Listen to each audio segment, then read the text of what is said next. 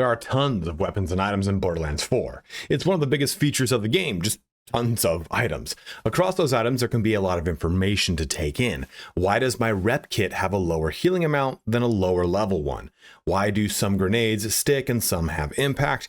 Did going bald at the age of 22 make me a shoo-in for Borderlands cosplay? I want to answer these questions and more by breaking down the general information for gear and items in the game. If this is your first time on my channel, the way I do things is by upfronting the knowledge in my videos. So let me give you the quick facts up front. I'll be doing most of this video in the inventory screen by using the inspect feature. Hover over any bonus that the item has and it'll give you all the details. Don't understand what the grenade with the swirl under it means? Inspect shows us that means damage radius. So this isn't exactly hidden, but it's also not terribly obvious too. Why does your rep kit have varying heal amounts? Because the first number is the instant amount of health you'll get. The second number is the heal over time as denoted by the seconds marked next to the heal amount. So certain rep kits might have higher first numbers, so a higher instant amount, and a lower heal over time, or no heal over time, just depends. A lot of the information in this video is me just breaking down everything from that screen and showing you how it plays into the game by using the items so you have a sense for how they come together. But let's sit too long didn't watch this entire video. I'll be showing off other things across the Ordnance, Enhancement, and Class mod slots, but I wanted to give you the biggest stuff up front.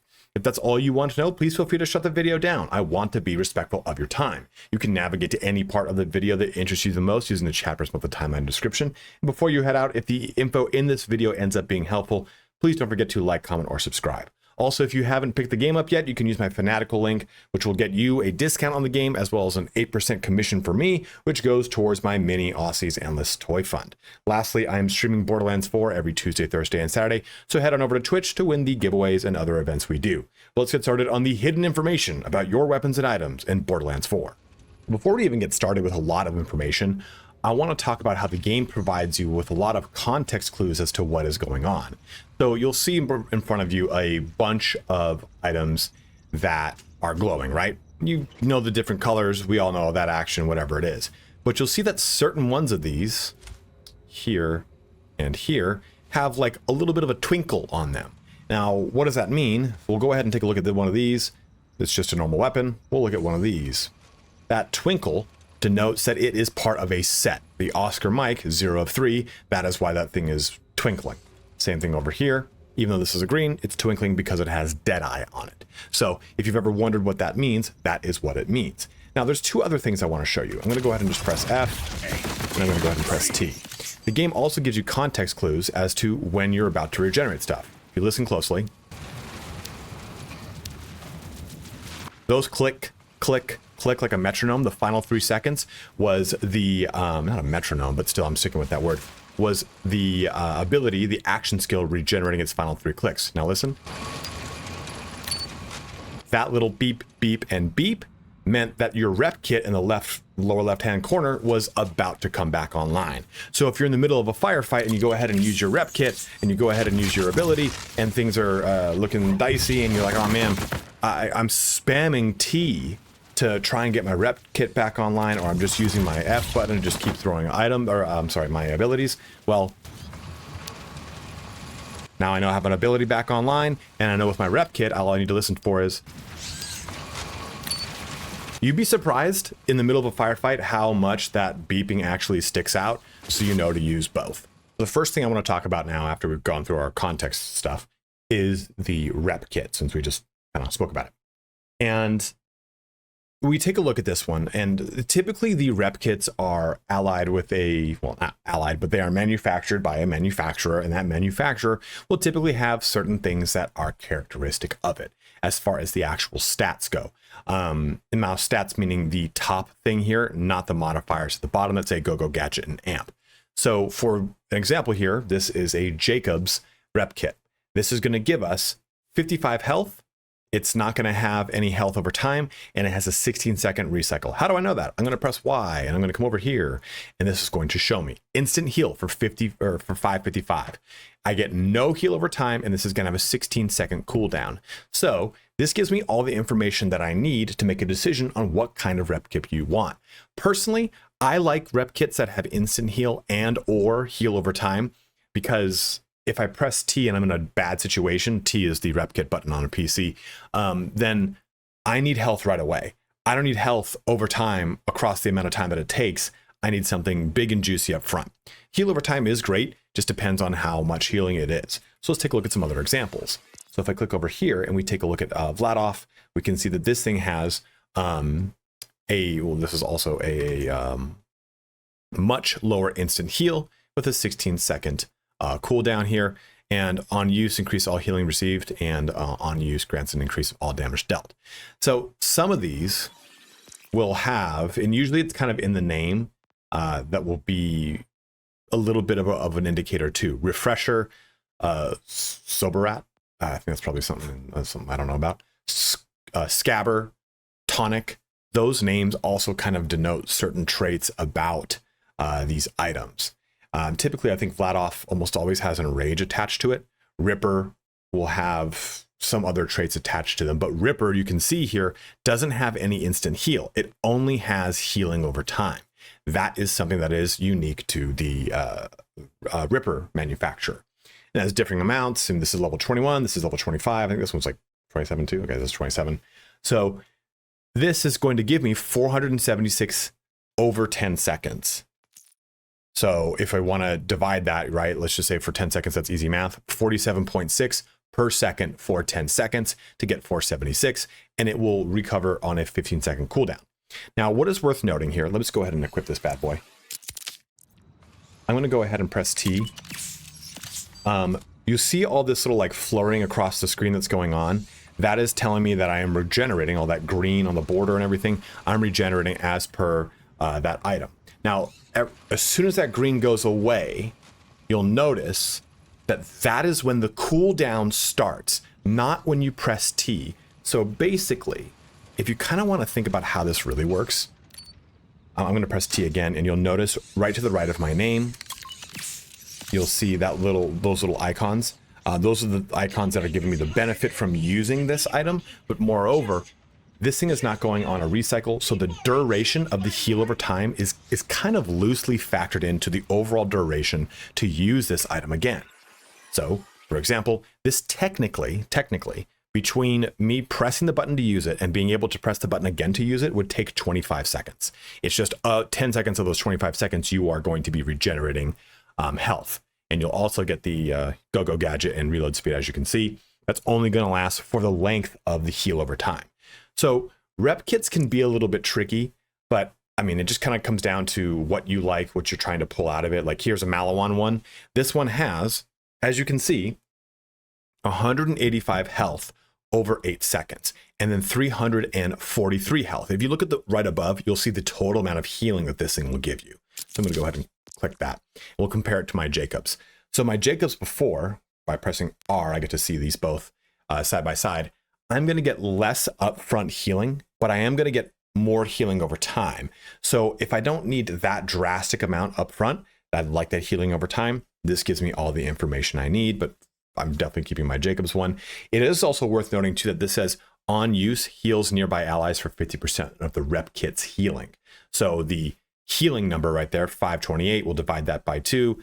I'm just going to use 250 because I can't take 28 and divide it by 2 quick in my brain and sound cool in a video here. It's 14, but fuck, I'm dumb. So 264. I vamped enough to get that number.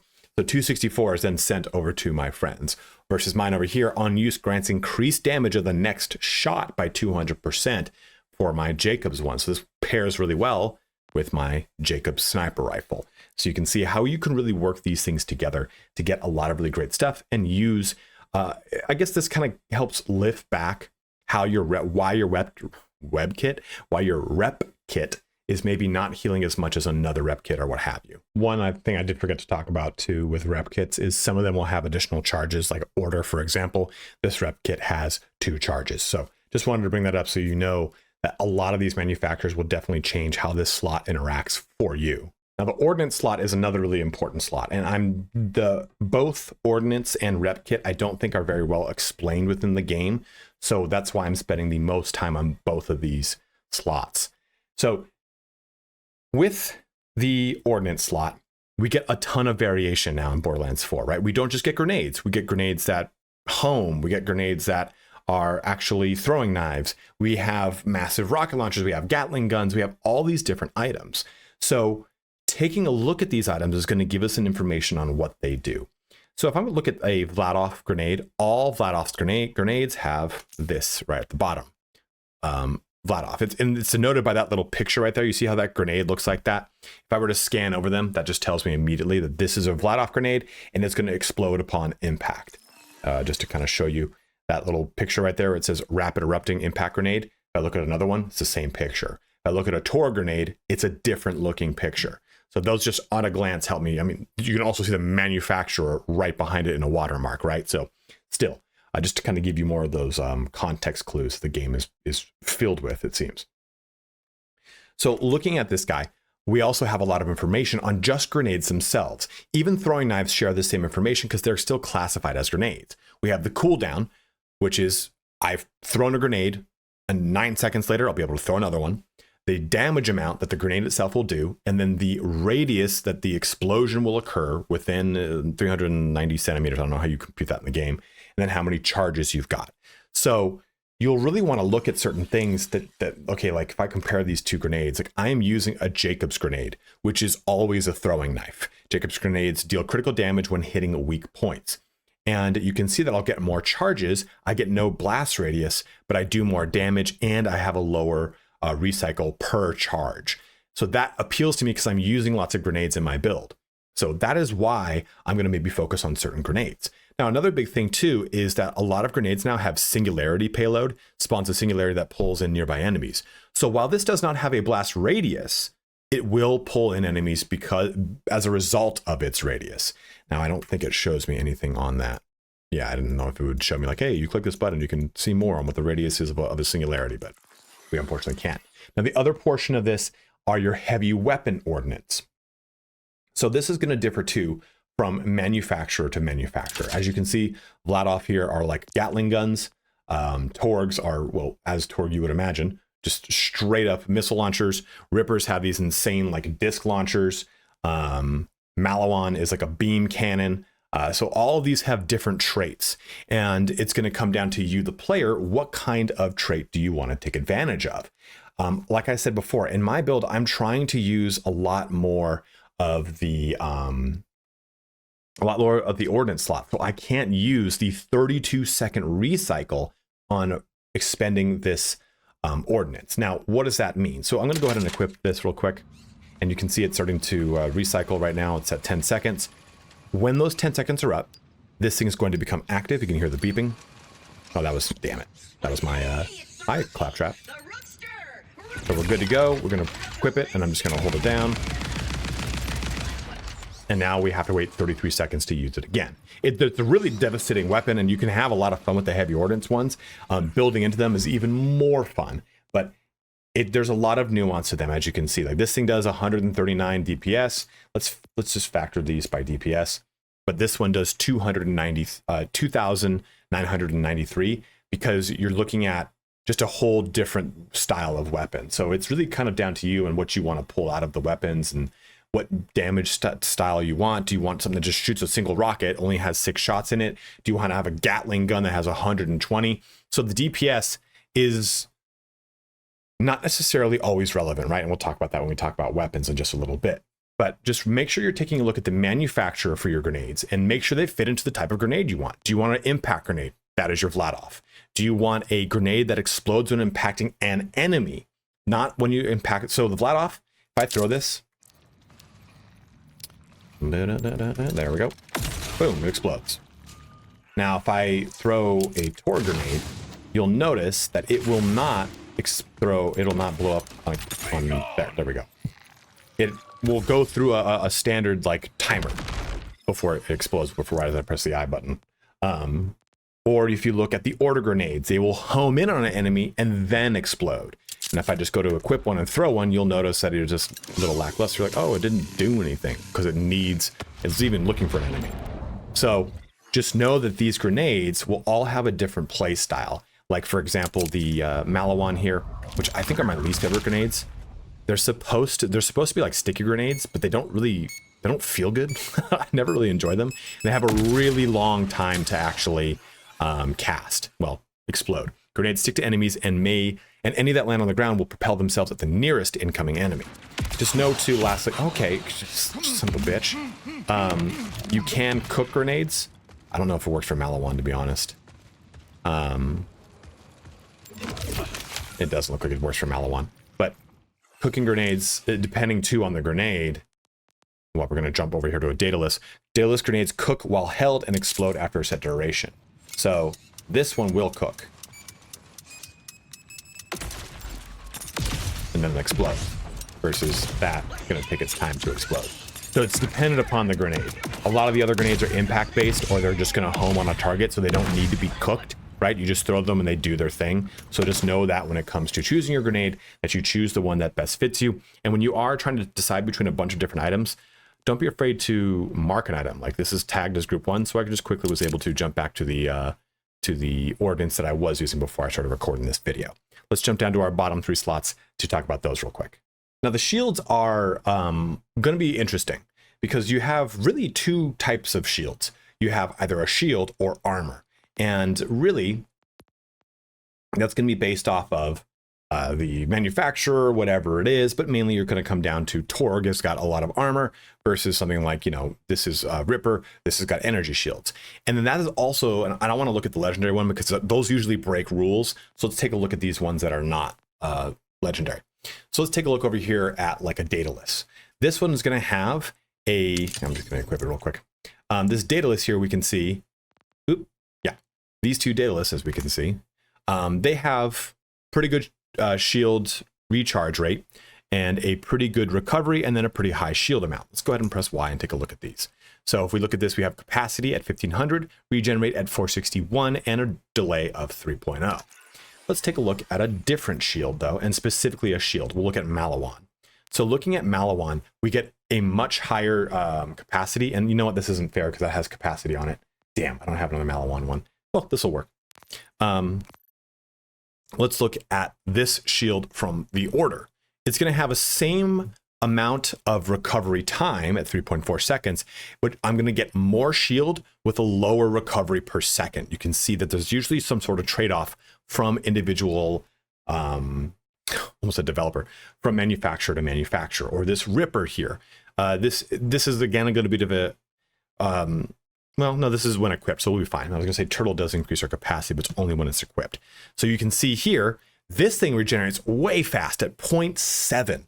It's got a 1600 capacity, but to recharge this shield, it's going to go so slow. So the recharge might start 0.7 seconds after you've stopped taking damage for, I think it's like 2 or 3 seconds. That's how that works. Just to kind of highlight. Regen delay is 0.7 seconds after, again, 2 or 3 seconds of not taking damage. And the rate, it's going to be, say, 100 a second. So to get to that max, we're looking at around 16 seconds to go back to capacity versus this one, which is going to be 3.4 seconds at 440. So it's going to take us right after about 2 seconds or 3 seconds of not taking damage, 3.4 seconds go by, then our shield starts regenerating and it will go to max under 3 seconds. So if you want to think of this, if you haven't taken damage, within 6 seconds, you'll be back at full shields, give or take. So that's how those work. Then the last thing here, though, is about armor. So armor eschews an actual shield. And, you know, just to kind of show this, you know, we have our shield right there, that blue health bar as it recharges. Armor is different. I'm going to equip this Torg. As you can see, you have these cells. Those are individual armor pieces, and you'll find pieces on the ground when you're fighting people in combat. You'll kill someone and sometimes they drop armor pieces, which will regenerate one of those 3 armor pieces. As that bar fills, boop, we get a whole armor piece back, and it's going to keep going forward. Now, what's nice about armor is this will constantly be working that regeneration. You don't have to stop taking damage. It's just going to keep doing what I'm doing right now. So if I were to go jump into a firefight, that bar continues to do exactly what it does right there, showing me now that it's up to 1086. We're just going to go through one final cycle to push itself all the way to the max amount that we had. And I'm going to show you why armor is different than shields too outside of that once it regenerates. So we're at 1300. Like I said, it's just going to continue to fill its way up. So coming back over to this, we're going to press inspect. So this tells me that it's got 3 armor segments with a total capacity of 1771 and an armor damage reduction. So this is what armor affords us that shields don't. It's not gonna, we're not going to have to wait to have this recover. It'll always be recovering, and it will recover in segments 1, 2, and 3 eventually. But I will take 25% damage less as long as I have any segment active. So I could have 1 point of armor left, and I would take 25% damage less. Armor damage reduction, 25%. As soon as that armor is off, it's broken, right? Then I'm going to take full damage. So just know that's how it works. And that it's just kind of basically, how do you want to play? Do you want to focus on more of a armor shield style play, or a shield style play and pull into overshields? It's just going to be dealer's choice again. But I wanted to break down how shields work because, again, there's a little bit of a mystery behind those as well. The enhancement slot is pretty straightforward, but I just want to bring it up very quickly. So what you'll notice on this is it says assault rifle splash radius is increased by 44%, and gun status effect chance is increased by 15%. So with the enhancements, that is true of all assault rifles and gun statuses that you will inflict on all weapons from this enhancement. When you look at the top two things, though, Boom Puppy, on kill guns with Torg licensed parts have a 50% chance to call down a missile barrage on an enemy, and Headringer guns with the Torg licensed parts gain 25% damage and 100% damage radius. Those only apply to exactly what it says, the Torg licensed parts. So while this is a Torg licensed enhancement, only the things that specifically say it will actually apply it. Now, it's important to know the Torg license part is a two-way mention here. Let me see. I should have a Torg item on here somewhere. Yeah. No. I put it in my backpack. So there are Torg licensed weapons, right? Here's an example of one. This is implied to be a Torg licensed part. It doesn't need to specifically say Torg licensed part on it. Like, I think like this says Torg licensed sticky magazine. So a licensed part is that right there. Otherwise, it just simply needs to be manufactured by that company. So enhancements are pretty self-explanatory. Just wanted to go through how that works in case you thought that it needed to be entirely only applied to order weapons. For example, here, maybe you use pistols. There you go. But you never use order weapons. I personally hate order weapons. Despite the fact that I have an order assault rifle that I'm just trying to test out to see if I actually like the weapons, and it can never click for me. I think you need enhancements to make order work better. But again, this is an example. It's going to give me benefit to pistols, gun ADS proficiency, and gun status effect outside of order. And then order license items will then gain 30% damage when firing from max charge. Now, another pretty quick one too is your class mod, but just for continuity's sake, let's quickly go over them. All of your class mods, the skills that it gives benefits to are color coded to your skill tree. So for example here, this is going to give me benefits to 2 skills that maybe I just don't know what the hell those skills are. I can inspect them, and it will show me that the names are Ancient Ways and Tail of the Comet. I wish it just kind of showed you the skills. It would be a little bit easier. But if I go over here to skills, go over here to the blue tree, I can see where those benefits are, the little plus symbol right there, and a little plus symbol right there. And it shows me those benefits that I will be getting, reflecting also the percentage that it increases. So this is going to give me 4 points into this skill, which now gives me 24% additional cryo damage. If I hover over here, I can see that same mod. Remember too, anything below that is just going to be passive benefits to your character. So if I look at another one of these, I should have like a couple other here. Here's an example. This is going to give me 3 points of a green skill and total of 4 points of 2 different blue skills. So if I equip this, jump over here, we get those 2 blue skills represented right there and there. And then jumping into my green tree, we will see that last one, where is it? Aha, there it is. You'd think the one I actually have focus in would actually give me all the info. I would know this better, but I don't. So again, pretty self-explanatory. Just wanted to, continuity's sake, just cover that so people know if they didn't already. And again, here's an example that someone's going to give you a blue, a red, and a green tree benefit on Rafa. Now, the last thing I want to cover is just weapons in general. And I think you pretty much know this. I think weapons more than any other thing in the game is very self-explanatory as far as like, okay, I understand that these things are going to give me benefits to these things and what have you. But just to kind of break a little bit of a myth. So let's go ahead and sort this. And if you've not used the sorting feature, it is, oh, man, I wish every Borderlands had this. So we go to weapons and we have damage.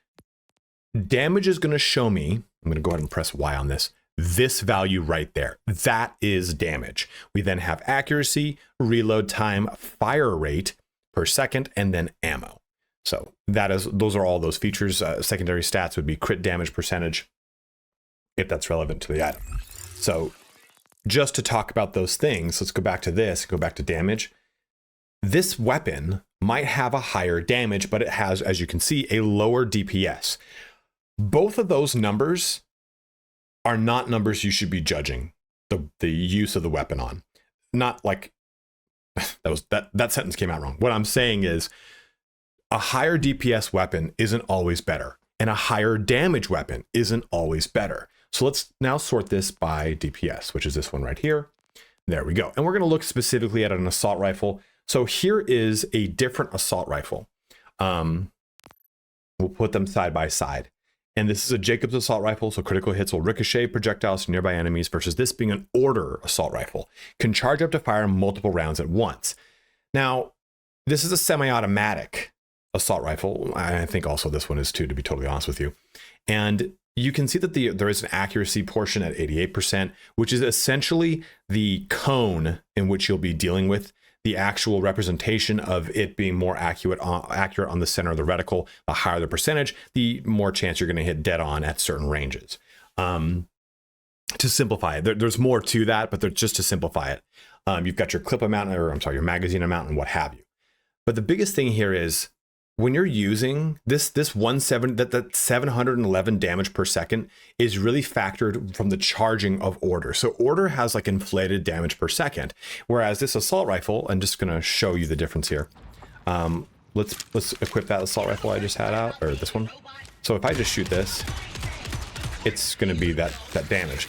Order really factors that DPS, it seems, with this shot, which is kind of a wild shot, to be honest. Like if I shoot this tire, kind of shoots, and if you're moving laterally while you're doing that, it's kind of a shit show. But if I switch back over to, do this by DPS again, this weapon, it's single shot, but it's a little bit more reliable in how we're going to shoot. So really don't look at those DPS numbers or the single damage numbers as good representations of whether or not a gun is going to be better than another gun. Yes, on paper, dude, 100%. This thing, if I'm just shooting at a still target, is going to be way better than this one. I'm not going to lie. I'm not going to like try to cheat you or anything like that. My point is, though, your play style might not really like the way that Order plays. So this thing could say 1000 DPS, but if you just don't like the way that Order plays, it's going to frustrate you. You're not going to hit targets, and you're end up going to be like, why would I ever use an assault rifle again? It's just Order you don't like. Everyone has their own manufacturer that they love. I really like Jacobs. I like Torg. I like Klokov, Vladov. Klokov, Dmitry Klokov is an Olympic weightlifter. Not that anyone would know that. Daedalus, like those ones are a little bit more fun for me and kind of play how I like. Ripper, Malawan, Order, and as you move on through the game, you'll discover stuff like Hyperion, although I like Hyperion, but the latter ones I just mentioned, Order, Malawan, Ripper, I don't like them as much. They don't really vibe with the way that I play, but I know people that swear by them. Like TDOR doesn't really, I'm like, it doesn't really ever, I never really see much of a benefit for the throwing additional gun on reload thing. It doesn't really tickle my pickle. So don't look so much at the DPS, don't look so much at the damage. Look at what's the manufacturer, does it play how you like to play? And is that DPS or damage value higher than your current weapon that is within that same wheelhouse? So again, if I'm trying to compare like weapons that I do like, I would look at something like this compared to my current weapon. Well, my current Jacobs weapon, which I actually like a lot, plays how I like to play, is better than that Vladov weapon. Oh, but let's assume it wasn't. Let's assume that Vladov was a better stat-wise. I actually don't like using those Torg licensed sticky magazines. So this is going to knock this thing out of use for me, even if it does more damage, because it's just going to piss me off when I use it. So it's really coming down, weapons come down to how you like to play, what weapon types you like specifically, like assault rifles, SMGs, pistols, sniper rifles, whatever, shotguns, whatever it is. And don't listen to whatever the internet says. Play whatever the fuck you want. You paid a lot of money for this game. So if you like using SMGs and everyone says you got to use pistols or vice versa, who cares? It's Borderlands 4. Don't take it so seriously. You're playing single player and maybe co-op here and there. So have fun, enjoy the different styles of weapons, because the coolest thing about Borderlands 4 is you get crazy weapons way earlier in the game than you typically have for any Borderlands. You usually have to wait towards the end game for this. Now you just get all these shit show of grenades and what have you right out the gate. And one thing I do want to say too before closing this video out is that not all guns are equal, right? Like the damage per second of a sniper rifle will typically, if all things are the same, which I can say manufacturer, and let's just say they're all white, right? Like that they're just no green, blue, or purple, just a standard weapon, all same manufacturer. The damage per second of a sniper rifle will always be higher than, say, the damage per second of a pistol or an SMG. So that's why I mean, don't factor just the damage per second or just a single damage amount. Take a look at the type of weapon it is and compare it against the weapons of its similar ilk. Hopefully that gives you a better idea on how all the items work in this game. If you have any questions, any concerns, anything that you've encountered that you wanted to share, go ahead and let it be known in the comment section below. Help people kind of break the mystique of the item system if this is their first Borderlands. But as always, guys, thank you so much for watching here today. Have a good one and take care.